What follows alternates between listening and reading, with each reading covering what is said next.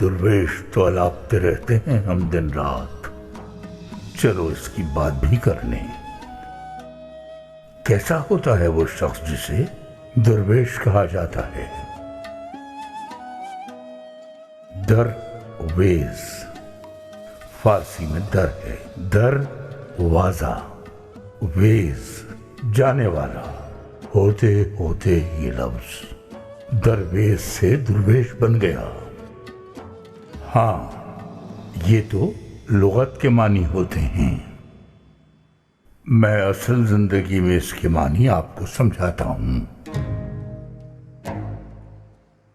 ایک مرشد کامل کی دل و جان سے پیروی کرنے والا مرید جو اس کی رہنمائی میں راہ سلوک پر چل رہا ہو، لیکن اس سفر کی بنیادی شرط کیا ہے؟ اس سے مراد کیا ہے؟ یعنی ایسی کیا چیز ہے جو درویش کو درویش بناتی ہے؟ خرقہ یا دستار تو ہو نہیں سکتے، اگر یہ سب ہوتے تو بازار میں مل جایا کرتے، درگاہ میں آ کر کون ریاضتیں کرتا؟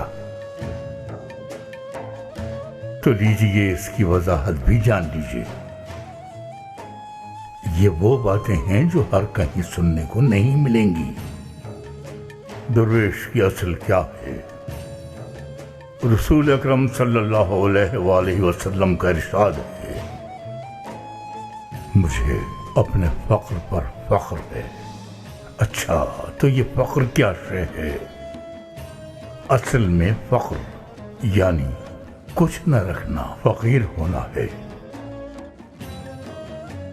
اچھا، تو اس کا مطلب ہوا مجھے اپنے پاس کچھ نہ ہونے پر فخر ہے، تو یعنی کون ہوا درویش؟